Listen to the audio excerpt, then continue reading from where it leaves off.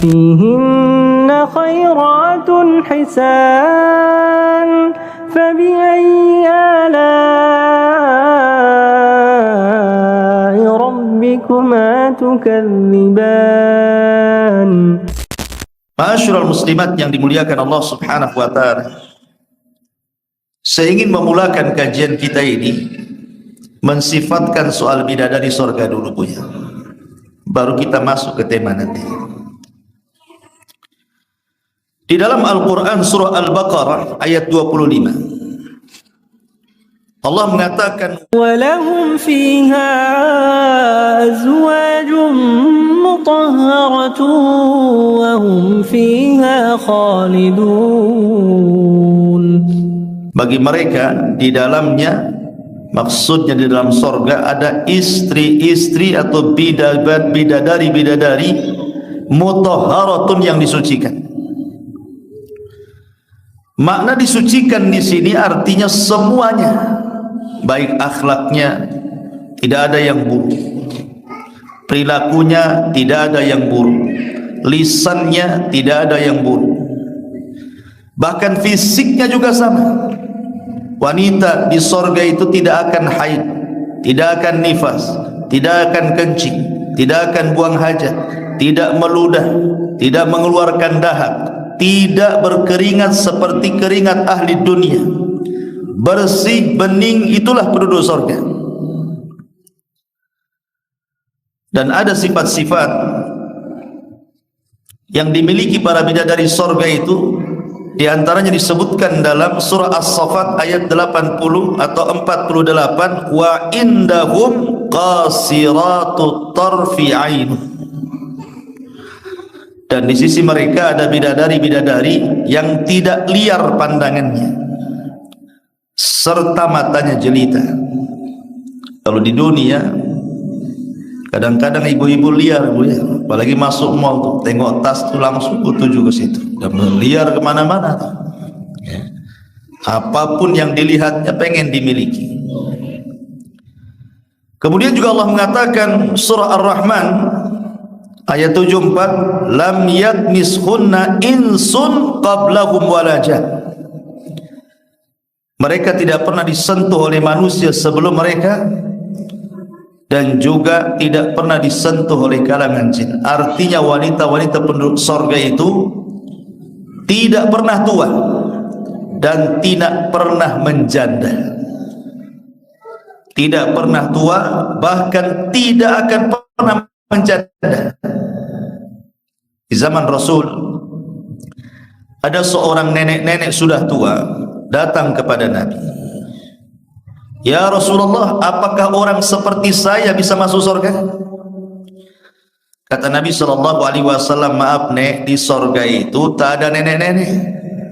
Nangis pula nenek ini, disangka dia tak bisa masuk surga, pergi dia sambil nangis. Maka Nabi SAW mengutus kepada seseorang, sampaikan kepada nenek itu, salah paham dia. Maksud saya, kata Rasulullah, di sorga itu tidak ada nenek-nenek, karena Allah mengatakan inna ansha'nahunna insha'an wa ja'alnahunna abkaran uruban atraban. Kami jadikan mereka perawan, mereka gadis lagi, dan mereka tidak akan pernah menjanda. Semua wanita di sana ada pasangan. Nanti ada pembahasannya. Bagaimana wanita-wanita dunia yang ditinggal mati suaminya, apakah akan balik lagi ke suaminya di sorga? Kalau dua-duanya masuk sorga, bagaimana pula yang bercerai dengan suaminya, apakah dia akan berjumpa lagi dengan suaminya di sorga? Bagaimana wanita yang tidak pernah menikah sama sekali? Dan begitu seterusnya, ada hukum-hukumnya. Kemudian juga Allah mengatakan dalam surah Ar-Rahman juga ayat 70-nya, fihinna khairatun hisan. Di dalam surga itu ada bidadari-bidadari yang baik-baik lagi cantik-cantik. Di dunia Bu, kalau ingin cantik itu modalnya banyak kan Bu. Belum make upnya, bedaknya, lipstiknya, macam-macamnya. Oh di kota itu ya mesti ke salonnya, ke saunanya, Kadang-kadang yang punya duit itu sampai ke dokter kecantikan itu, silikon sana, silikon sini, macam-macam. Modalnya besar kalau di dunia itu. Orang pengen cantik. Makanya kalau ibu dibilang kurang cantik sama suaminya, minta uang banyak-banyak sama suaminya. Saya bisa cantik. Gitu ya. Ya Bu ya. Ma'asyiral muslimat yang dimuliakan Allah Subhanahu wa taala, tapi di sorga itu nggak ada modal. Setiap harinya ibu itu bukan makin jelek makin cantik, karena nikmat sorga itu yazdad wa yazdad, bertambah dan bertambah, semakin hari bertambah, semakin hari bertambah. Kalau di dunia nikmat itu kan semakin hari berkurang, Bu. Coba ibu nanti usia sudah 50 tahun ngaca, Bu. Nah, sekarang ngaca duluan. Nanti setelah 50 tahun ngaca lagi. Apa enggak jatuh semua? Alisnya jatuh, pipinya jatuh, semua serba jatuh. Udah tak cantik lagi. Karena di dunia ini mau tidak mau orang itu akan berubah. Mau tidak mau. Semakin tua itu pasti berubah. Itu sudah kodrat manusia di dunia. Tapi di sorga itu tidak ada. Hari-hari makin cantik, makin cantik. Makanya ada hadis yang bercerita tentang sukul jannah. Hadis tentang pasar sorga. Ada pasar usah di sorga? Ada. Apa pasar kayak pasar Tarepak? Bukan. Jadi di sorga itu pasarnya bukan untuk jual beli. Sorga itu pasarnya untuk berjumpa dengan teman-teman di dunia yang sama-sama masuk sorga.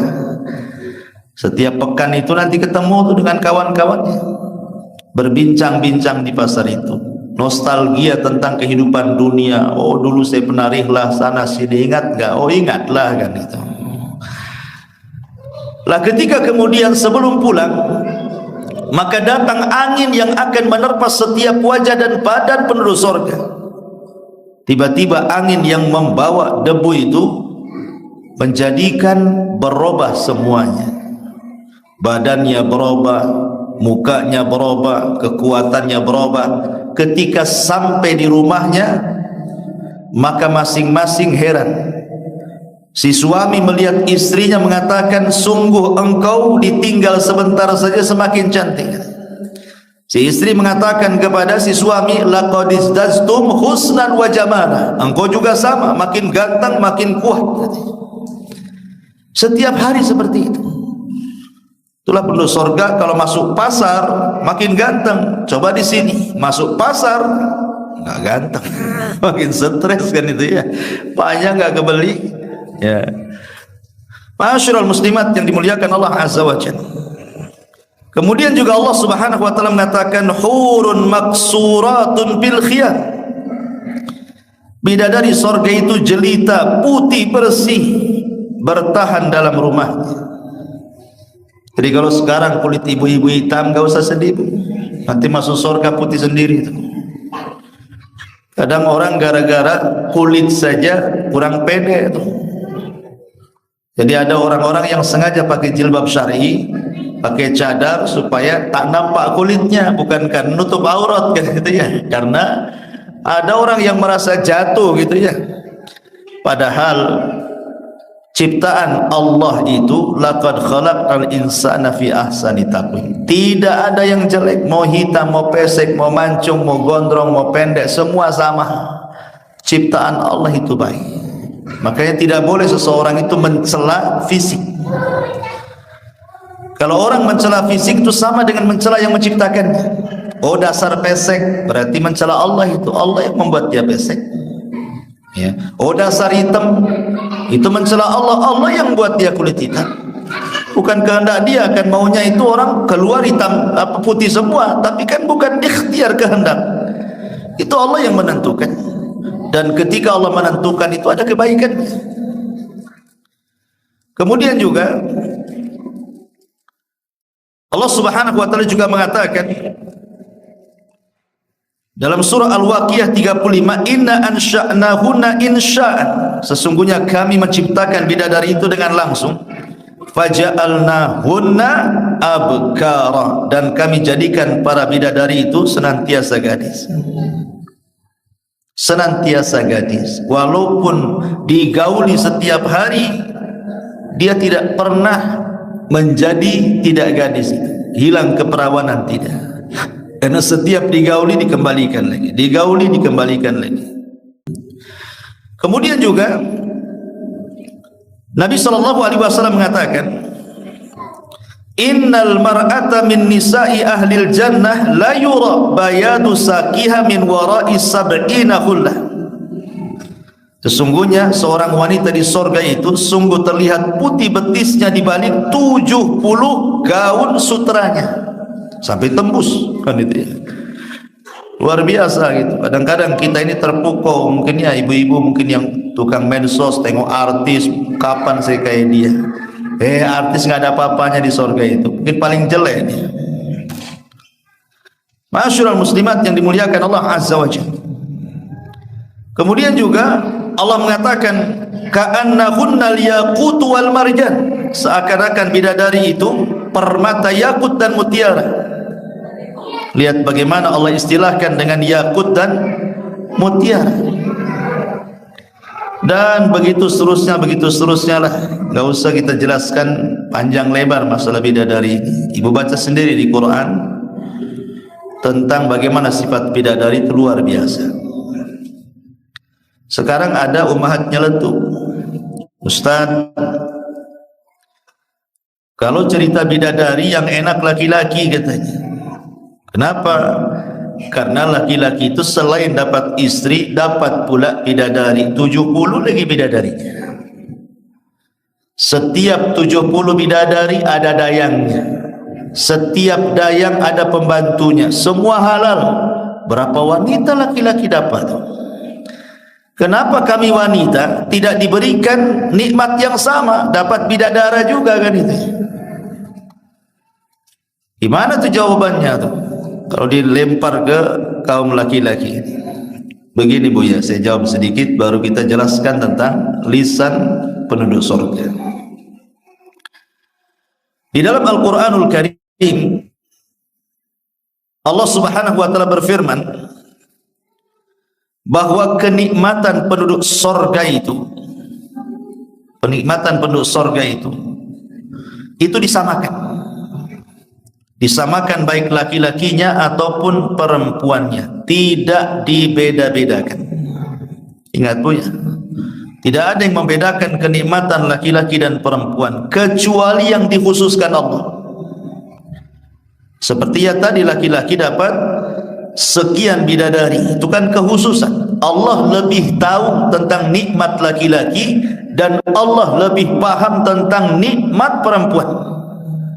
Itu yang harus dipahami. Alasannya gini Bu ya, kenapa Allah Subhanahu wa taala tidak menyebutkan dalam Al-Quran nikmat wanita dunia yang masuk ke dalam surga? Kenapa Quran tidak menyebutkannya? Yang disebutkan hanya nikmat bidadari, sementara bidadari itu bukan penghuni dunia yang masuk surga, memang diciptakan oleh Allah di dalam surga. Kok Quran tidak menjelaskan? Sebagian ulama mengatakan bahwa wanita-wanita dunia kalau dia masuk ke dalam surga, maka dia jauh lebih cantik, lebih indah, lebih bening, lebih daripada bidadari. Makanya tidak diceritakan. Cukuplah bidadari itu sebagai gambaran. Kalau bidadari saja sedemikian cantiknya, macam mana ibu yang masuk surga? Itu maksudnya. Dan ini ditanyakan oleh Ummu Salamah radhiyallahu anha kepada Rasul. Kata Ummu Salamah, ya Rasulullah, bagaimana nasib wanita-wanita dunia kalau masuk ke dalam surga? Kenapa Al-Quran tidak menyebutkan tentang keindahan mereka? Maka Rasul mengatakan bahwa wanita-wanita penduduk surga, wanita-wanita penduduk dunia yang masuk surga jauh lebih indah dibandingkan bidadari. Kenapa? Karena wanita-wanita dunia itu lelah letih dia masuk surga. Sementara bidadari itu tidak ada lelah letih beramal, memang sudah di surga mereka. Karena amalannya itu. Kemudian yang kedua, wanita itu memiliki sifat malu. Wanita itu memiliki sifat malu, dan sifat malu itu biasa disembunyikan. Makanya kenikmatan wanita itu disembunyikan, tidak disebutkan. Yang jelas dia akan mendapatkan nikmat yang besar kelak di surga, tidak disebutkan. Cukuplah firman Allah Subhanahu wa taala tadi bahwa kenikmatan-kenikmatan surga itu fala ta'lamu nafsun ma ukhfiya lahum. Tidak ada satupun jiwa tahu apa yang disembunyikan dari nikmat-nikmat Allah di surga kelak. Karena yang disebutkan dalam Quran, dalam hadis itu tidak seberapa kenikmatan surga itu. Hakikatnya jauh lebih nikmat. Sehebat apapun saya menjelaskan kenikmatan surga, surga itu menyelisih apa yang saya jelaskan. Saking nikmatnya, karena nggak bisa dibayangkan. Ya. Kemudian Bu, surga itu miniatur dunia. Surga itu miniatur dunia. Maksudnya apa? Di dunia laki-laki itu dia hanya satu nikmatnya. Lihat ibu, kalau laki-laki itu hanya suka dengan perempuan saja. Tapi kalau perempuan itu terbagi kenikmatannya. Dia suka dengan laki-laki, suka dengan sepatu, suka dengan sandal, suka dengan tas, suka dengan perhiasan, suka dengan baju, celana, macam-macam kan. Makanya lihat, ada laki-laki itu pakai baju seminggu gak ganti-ganti, karena gak begitu suka dia dengan baju. Tapi kalau perempuan nih, ada ya kawannya pakai baju baru, bermerek, cantik, bagus, pasti ibu melirik, didekati, disentuh, beli di mana om katanya. Gitu ya. Laki-laki nggak ada tuh, ada kawannya pakai jubah, nggak peduli. Tapi kalau perempuan begitu dia, tengok kawannya bawa tas bagus, pengen juga kan itu. Kawannya pakai anting-anting, gelang-gelang, kalung-kalung, pengen juga. Jadi kenikmatan wanita itu beragam. Kalau saya analogikan seperti ini Bu, mudahnya ya. Ada laki-laki dikasih pilihan dua wanita. Yang satu hitam, jelek, riwel, pokoknya enggak, pendek, pokoknya enggak ada lah, enggak tertarik. Tapi dia kaya Bu, kaya dia. Yang satu pula cantik sekali, tinggi, cantik, putih, pokoknya cantik, miskin dia. Laki-laki itu milih yang kedua, nggak mungkin milih yang pertama. Bapak kaya, sakit hati nanti, malu dibawa-bawa gitu. Coba kita balik Bu, ibu dikasih dua laki-laki, yang satu ganteng luar biasa, yang satu jelek. Yang jelek ini miliarder, rumahnya banyak, gajinya ratusan juta, apapun yang ibu mau per bulannya ratusan juta. Yang satu pula ganteng-ganteng nganggur, tak punya duit, hutang banyak, dikejar debt collector. Kira-kira milih mana Bu? Gitu ya. Pasti ibu milih yang jelek, yang penting kaya. Dari analogi ini saja kita sudah tahu bahwa kenikmatan di dunia saja sudah beda tuh. Makanya kenapa di sorga juga demikian. Ada kenikmatan itu yang luar biasa. Makanya di sorga itu tidak ada kecemburuan Bu, karena ibu itu cantik terus. Karena ibu cantik terus, bahkan lebih cantik di antara bidadari sorga, makanya tidak akan cemburu. Tapi kalau di dunia nih, suami berpoligami, dapat istri muda, ibu pula sudah tua, jelek pula kan itu, pasti cemburu tuh. Poligami kok cari yang kayak gini, yang sama-sama tua lah, saya sama saya banget. Itu ya. Karena di dunia ini pasti tua sih masalahnya. Jadi makanya di surga itu nggak ada apalagi ketika orang masuk surga itu mau sudah dicabut kecemburuannya kan. Wa naza'na ma fi sudurihim min ghillin ikhwana. Cabut perasaan penyakit-penyakit hati itu sehingga nggak akan cemburu lagi.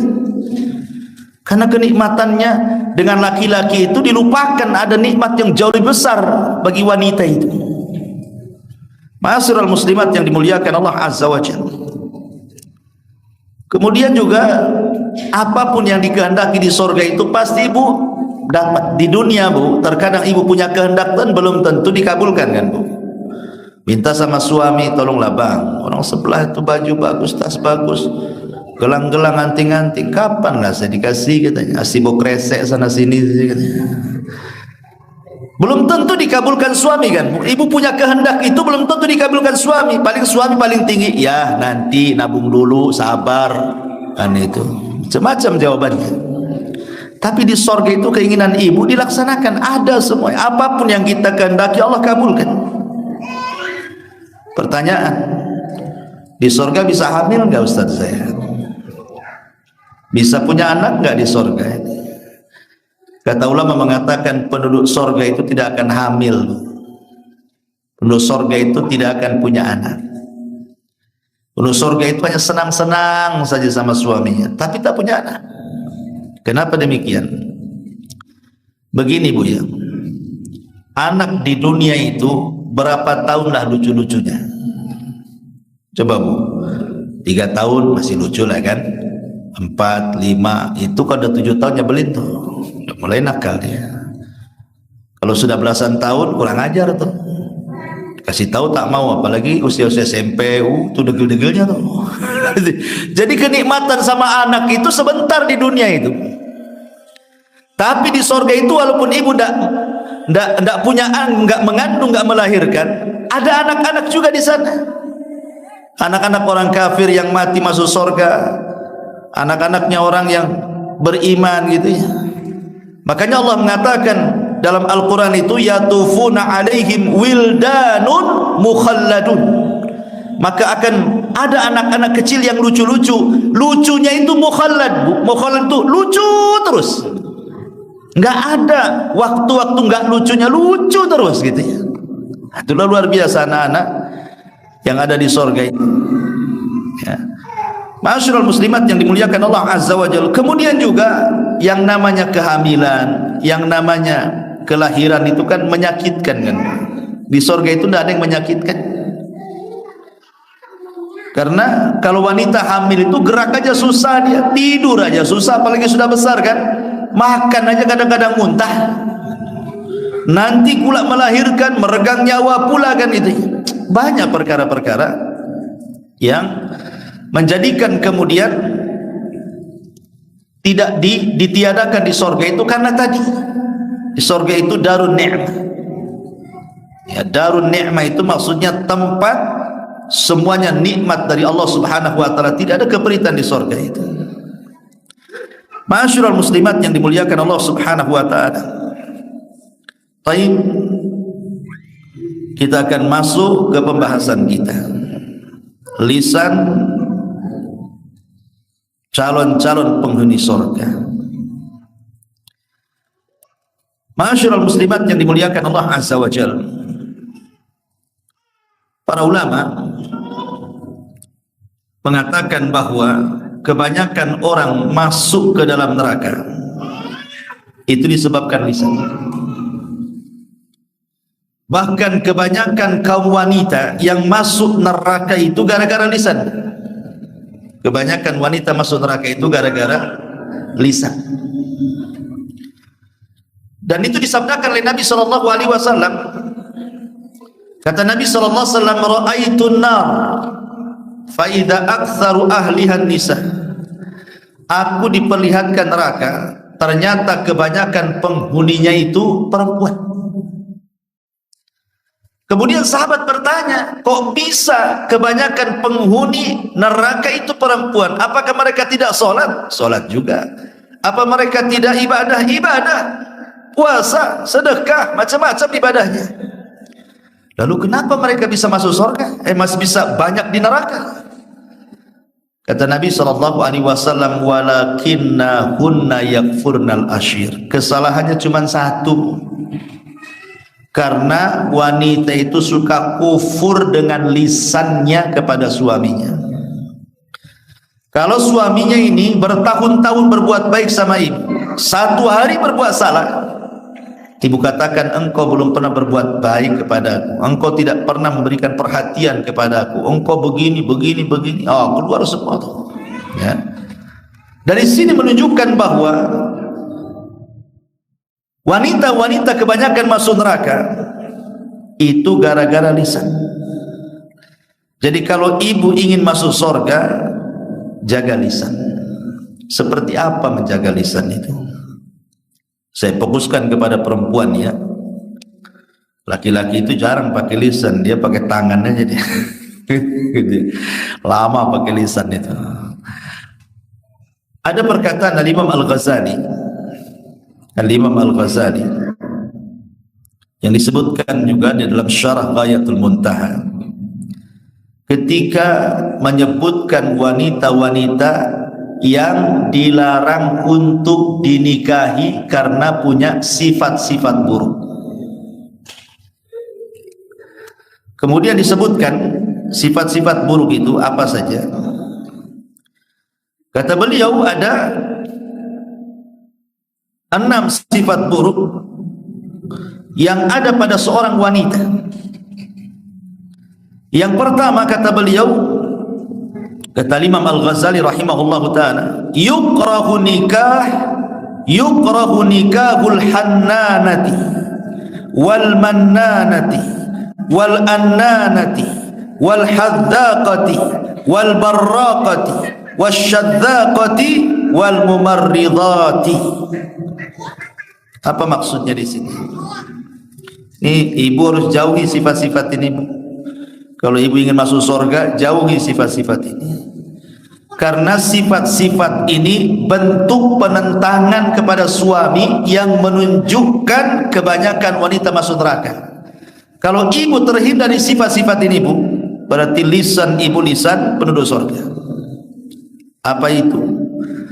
Yang pertama an-nanah. An-nanah itu perempuan yang banyak mengeluh, banyak mengadu, suka garuk kepala. Maka jauhi, jangan suka mengeluh. Ya. Tapi jadilah wanita qanaah. Kalau memang suami sudah berusaha, dia sudah tanggung jawab sebenarnya. Memang Allah belum rizkikan rizki yang luas gitu ya. Kalau beberapa keinginan ibu ini belum terpenuhi, qanaah, ridha dengan pemberian Allah. Jadilah wanita yang kebalikan daripada anak. Jangan suka ngeluh. Tolonglah bang, tolonglah bang. Nah, itu kan, itu ngeluh ya. Ya. Ini yang pertama. Yang kedua hannanah. Hannanah itu perempuan yang menyayangi suami orang lain atau menyayangi anak dari suami sebelumnya hingga mengabaikan hak suami yang baru. Ini kalau memang posisinya dia janda menikah dengan suami baru. Jangan suka membanding-bandingkan. Ah, kok ini kok tak seperti suami sayang dulu katanya. Saya kira nikah dengan kamu itu makin bahagia, makin bahaya katanya. Itu ya. Jangan dibanding-bandingkan. Atau lebih sayang kepada anaknya dibandingkan kepada suaminya, diurusnya anaknya itu. Suaminya pula tak diurus. Itu disebut hannanah. Maka jangan suka membanding-bandingkan. Ini yang kedua. Yang ketiga haddaqah. Perempuan yang selalu menilik segala sesuatu sehingga ia menginginkannya dan membebani suaminya untuk mendapatkannya. Jangan ya Bu, kadang-kadang ada ibu-ibu itu aneh gitu kan, dari rumah jelas catatan belanjanya, cabai sekian, bawang sekian, merica sekian, sayur sekian gitu kan. Masuk ke pasar tak dapat pembawa dapur, dapat pula pakaian yang enggak kecatat pula kebeli dia. Atau masuk pasar itu tidak fokus beli bumbu Bu, tetapi sengaja jalan-jalan dulu, tengok pakaian, tengok sandal, tengok tas, itu sudah digambarkan. Ah, pulang baru dia ngomong sama suaminya, bang tadi saya lihat tas bagus bang. Mulai dikompor itu suaminya. Nah, itu wanita haddaqah namanya. Melirik sesuatu langsung ngomong sama suaminya, belilah bang. Jangan, ini bukan sifat penduduk surga kayak gini. Kemudian yang keempat barraqah. Apa itu barokah? Barokah ini ada dua makna. Perempuan yang sepanjang harinya hanya berhias saja, berhias. Kalau soal kecantikan, masya Allah. Tapi kalau mengerjakan hak keluarga, malas dia, masak malas, nguruk anak malas, berdandan aja. Jadi pikirannya itu kebeli ke alat-alat kosmetik saja.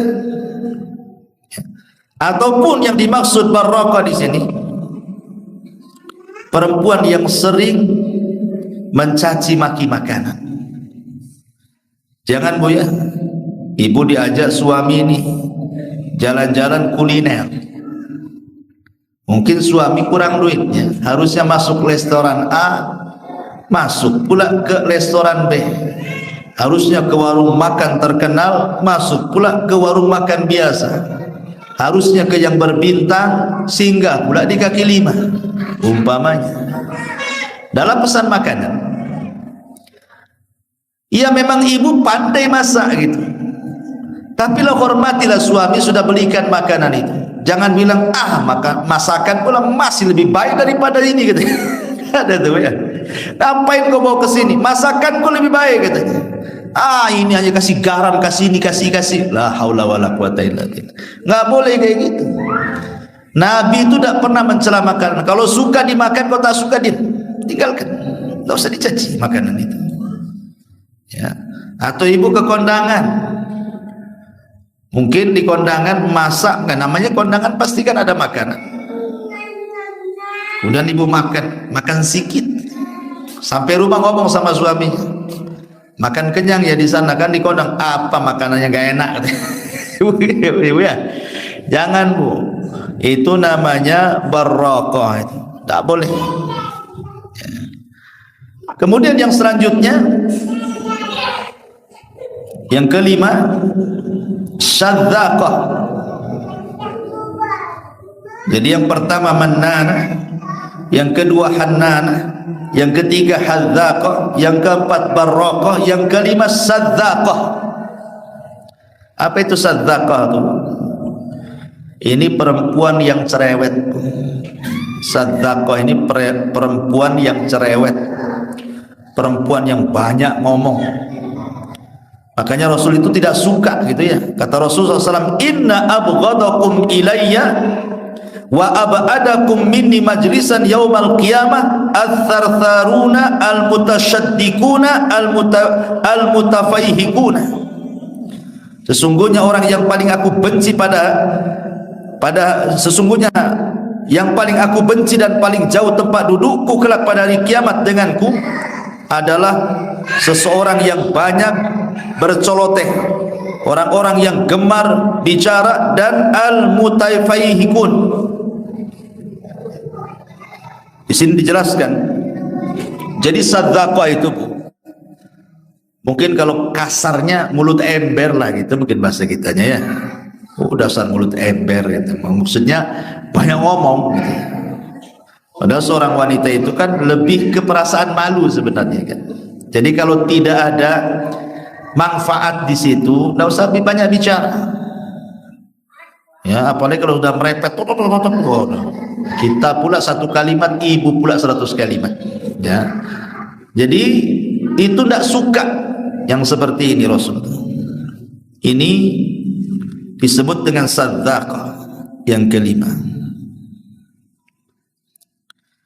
Kemudian juga yang keenam, mukhtali'ah. Mukhtali'ah itu perempuan yang dikit-dikit minta cerai, minta khulu. Tidak boleh Bu. Tidak boleh sedikit-sedikit ada masalah dengan suami, dah kita cerai aja. Tidak bisa kayak gitu. Tidak boleh. Ya, kecuali minta cerainya itu jelas ada udzur syar'i. Suaminya selingkuh, nggak ngasih nafkah, nggak pernah sholat, wajar kan syar'i gitu ya. Suami dah bagus, ya mungkin agak kasar sedikit lah, kan bisa didoakan Bu, mudah-mudahan dia bisa berubah gitu ya.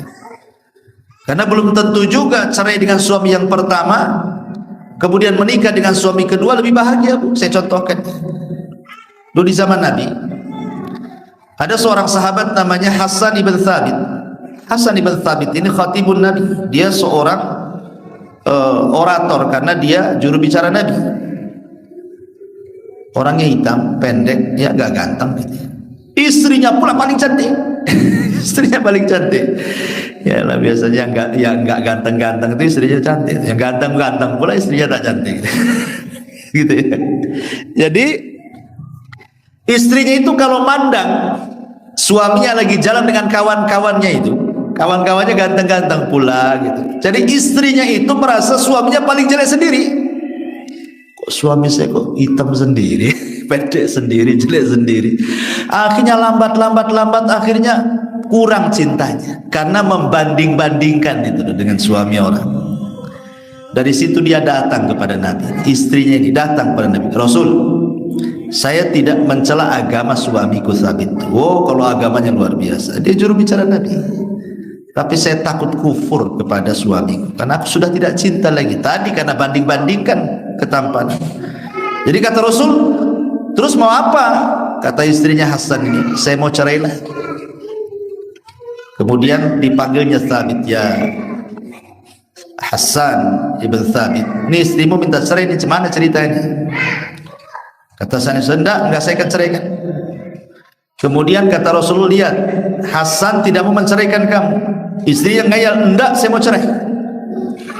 Ketika sudah tidak bisa didamaikan, Rasul mengatakan, oke, gini, siap gak kau kembalikan maharnya? Karena maharnya Hasan ibn Thabit ini besar, kebun hektaran kan itu ya. Dan kalau minta cerai itu kembalikan mahar, kan mikir-mikir itu. Antum nih laki-laki kalau ngasih mahar itu yang fantastis gitu ya, kasih mobil, kasih gelang. Jadi kalau minta cerai mikir dikembaliin tuh. Ini mahar seperangkat alat sholat, belilah di pasar Tarempa sini, ambil banget ya. Itu mana ceritanya ini? Ya. Akhirnya Rasul mengatakan, mau kau kembalikan maharnya? Mau, kata Rasul. Akhirnya dikembalikan mahar. Sudah habis masa idahnya, dapat pula laki-laki sesuai dengan kriterianya, ganteng, putih, tinggi, dapat pula. Masalahnya ada kekurangan, tidak bisa memuaskan dalam urusan ranjang. Lama-lama bosan. Dia mengatakan, masihlah mendingan suami lama Hasan ibn Thabit, aku puas dibandingkan dengan suamiku yang baru ini, katanya. Akhirnya diminta cerai lagi, tapi Hasan ibn Thabit tak mau kembali. Dari sini menunjukkan apa? Terkadang apa yang kita anggap baik belum tentu baik, gitu maksudnya. Tapi apa yang kita anggap jelek, jangan-jangan ada kebaikan pula di situ. Ya, maka janganlah jadi wanita yang suka minta cerai. Ya, kalau memang ada jalan yang bagus, janganlah kayak gitu. Ya. Ataupun yang ketujuh, akhir, wanita fasik. Ya, wanita fasik itu kalau depan suaminya malaslah berdandan dia itu. Malas, padahal kalau minta uang sama suaminya itu hanya untuk beli make up, beli bedak, beli apa-apa gitu ya. Tapi sudah dibelikan, tak pula dia dandan di depan suaminya. Malah kalau kondangan pula rapi-rapi, cantik-cantik, harum-harum. Ini cerita gimana? Nah, ini tanda-tanda wanita fasik yang seperti ini. Tabarruj namanya, tidak boleh. Ya. Kemudian juga yang kedelapan, an-nasyis. Perempuan yang merasa lebih tinggi di atas suaminya. Kadang-kadang dia ngomong asal nyeplos saja. Ya, kamu dulu loh, aku juga yang modali kau dagang. Ya kan, suami istrinya merasa lebih kaya dulu. Kalau kau nggak nikah dengan aku nggak seperti ini gitu. Jadi dia merasa nggak boleh kata-kata seperti itu dalam rangka merendahkan suami. Kayak kau ganteng aja banyak duitnya katanya. Jadi jangan ngomong, jangan merasa lebih. Itu namanya nasid, tidak boleh. Ya, jadi tidak layak wanita nasid. Termasuk juga perempuan yang suka marah-marah. Dikit-dikit marah, dikit-dikit marah. Termasuk juga wanita yang suka mumarridhah. Mumarridhah itu pura-pura sakit. Pura-pura sakit. Diajak suaminya untuk berhubungan, capek lah badan. Padahal tak capek sebenarnya. Ya, dia memang nggak mau aja melayani. Nggak boleh kayak gitu. Jangan ngomong seperti itu. Ya. Lah ini secara khusus jangan dimiliki sifat-sifat seperti ini. Kata-kata seperti ini bentuk kufur yang menjadikan wanita-wanita itu tidak masuk surga. Ini gara-gara 10 perkara ini. Ataupun secara umum, Bu, seperti umpamanya dosa-dosa lisan itu yang secara umum al-kalam fi ma la ya'ni, ngobrol tidak jelas faedahnya. Ibu datang ke tetangga, awalnya bagus, entah mau keperluan apa gitu, sudah duduk lama ngobrol nggak jelas, ngalor ngidul ngetan ngulon tuh nggak jelas apa manfaatnya gitu, ngabisin waktu aja, tinggalkan ya ucapan-ucapan yang tidak ada manfaatnya. Ataupun al-jidal wal mira, suka membantah sama suaminya, dia suka bantah saja. Pas suaminya nasihati baik-baik, dibantahnya dia ya. Ataupun al-ghibah, yang ma'ruf ya ghibah lah, itu yang banyak dilakukan perempuan tuh ghibah. Makanya Rasul itu kalau menyebutkan dosa ghibah, yang dicontohkan bukan laki-laki, yang dicontohkan itu perempuan. Jadi Rasul itu ketika menjelaskan dosa ghibah, contohnya itu ibu-ibu. Ketika sahabat mengatakan, ya Rasulullah, inna fulanatan taqumul laila wa tasumun nahar wa taf'al wa tasaddaqat bi fuduli amwaliha. Rasul, ada loh seorang ibu, ibu dia ngomongnya, ada loh seorang ibu, Masya Allah, sholat malam, puasa sunnah, sedekah, berbuat baik, nggak pernah tinggal. Kekurangannya satu, Nabi, walakin tu'dhi jiranaha bilisaniha, tapi lisannya itu ngeri, setajam silet katar. Ngomong itu tersakiti semua tuh. Apa kata Rasul? Percuma tuh amalan-amalannya. Wanita itu layak masuk neraka. Lah, ya. Kenapa kok Rasul mencontohkan, sahabat ini mencontohkan wanita ketika bicara soal ghibah? Karena umumnya yang suka ghibah itu, yang punya majelis ghibah itu biasanya perempuan. Laki-laki jarang ghibah, ada laki-laki ghibah. Laki-laki ini ghibahnya ghibah politik, laki-laki itu. Itulah ghibahnya politik. Kalau perempuan kan nggak mau cerita politik. Perempuan itu ghibah tetangganya, ghibah kawannya, ghibah satu majelis taklimnya, ya kan? Nah, ini dihindari karena ini bukan perkataan penduduk sorga. Di sorga itu nggak ada ghibah. Di sorga itu tidak ada yang menyakiti. Semua lisan penduduk sorga itu salam. Makanya pertama kali masuk ke dalam sorga, ucapan penduduk sorga, malaikat mengatakan apa? Salamun alaikum bima sabartum. Keselamatan bagi kalian atas kesabaran kalian. Dan Allah pun langsung mengucapkan salam kepada penduduk sorga. Dan seluruh penduduk sorga ucapannya salam. Apa salam? Ucapannya selamat, tidak memadaratkan diri sendiri, tidak pula menyakiti orang. Kan sekarang banyak nih, satu ucapan viral akhirnya dilaporkan polisi, padahal gara-gara ngomong tuh orang tersinggung kan ya. Di surga itu tidak ada, semuanya salam, keselamatan, ngomongnya itu enak, ngomongnya itu luar biasa sedap didengar gitu ya. Baik diri sendiri atau orang lain ya. Termasuk juga jangan sampai as-sukhriyah, mengejek, kan ada tuh ibu-ibu suka ngejek kawannya, jangan ya. Termasuk ifsya'u asrarin nas, menyebar keburukan orang, yang lebih parah lagi keburukan keluarga pula disebar. Ini bahaya, itu bukan sifat penduduk surga tuh. Ataupun namimah, namimah ini bahaya lagi, kompor gas ke sana kemari, dinyalain sana nyalain sini gitu ya, akhirnya orang bertengkar. Termasuk juga al-madhu li ghairi mustahiqqi, memuji sesuatu yang bukan tempatnya untuk dipuji. Al-bada'atu, lisannya jorok, kotor gitu ya. Al-la'nu, tukang laknat. Kemudian juga al-khusumah, suka bertengkar dengan tetangganya, lisannya itu pedas sekali. Ataupun suka menuduh, ataupun memuji diri sendiri gitu ya, ataupun menyakiti orang dengan lisannya, mengeluarkan kata-kata kufur. Di masyarakat ini mudah orang mengeluarkan kata-kata kufur ini. Kalau bukan karena kamu, ini hati-hati ya. Kalau bukan karena Allah gitu. Dan begitu seterusnya ya.